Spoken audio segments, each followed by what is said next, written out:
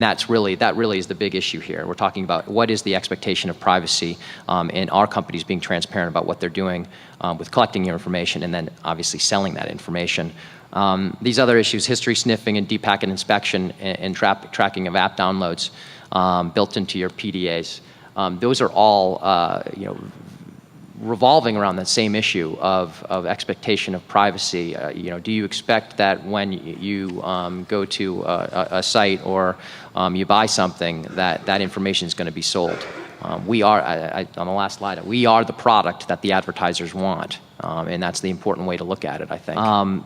When there's privacy issues, the consumer watchdog, that is the FTC, comes into the fray, and they released a report last December that I think is very important to note, in the sense that what they're trying to do is, or what they say they're trying to do is regulate the industry related to this behavioral marketing, but at the same time they want to encourage technology development.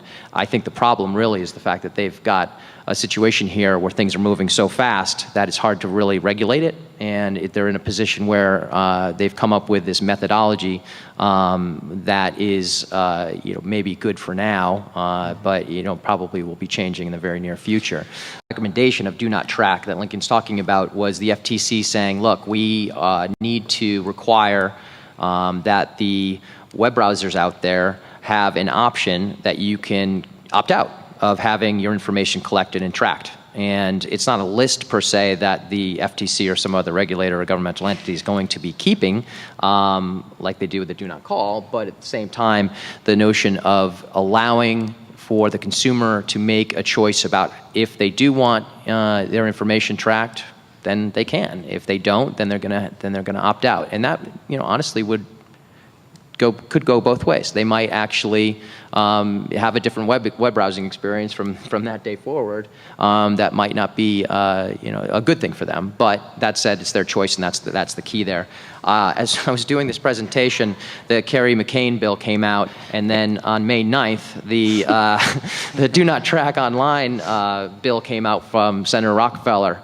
So it shows you how much Congress certainly is interested in this issue once the FTC did come through with the recommendations. Where this stands right now is with the Kerry-McCain bill, there was no private right of action coming out of violations of companies that did not allow for opting out of their information being collected. What Rockefeller did, which the consumer privacy groups really liked, was they did certainly just not limit it to the FTC oversight, but they did allow for, if as proposed, for us to sue companies that are in violation of it. But essentially what it's doing is it is using a do not track mechanism.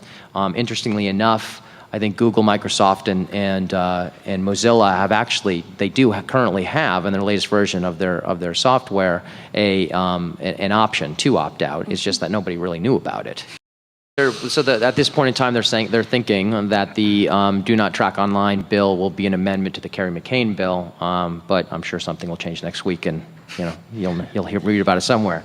But it is very fast moving, and so it is something that I think was important for us to talk about today, because it's not just the front end, what you do with information or content posted to a website or a social media site. It's also an aspect of business practices, how these companies are making money and how they're using information, and thinking about what types of liability may arise out of that type of business practice as well.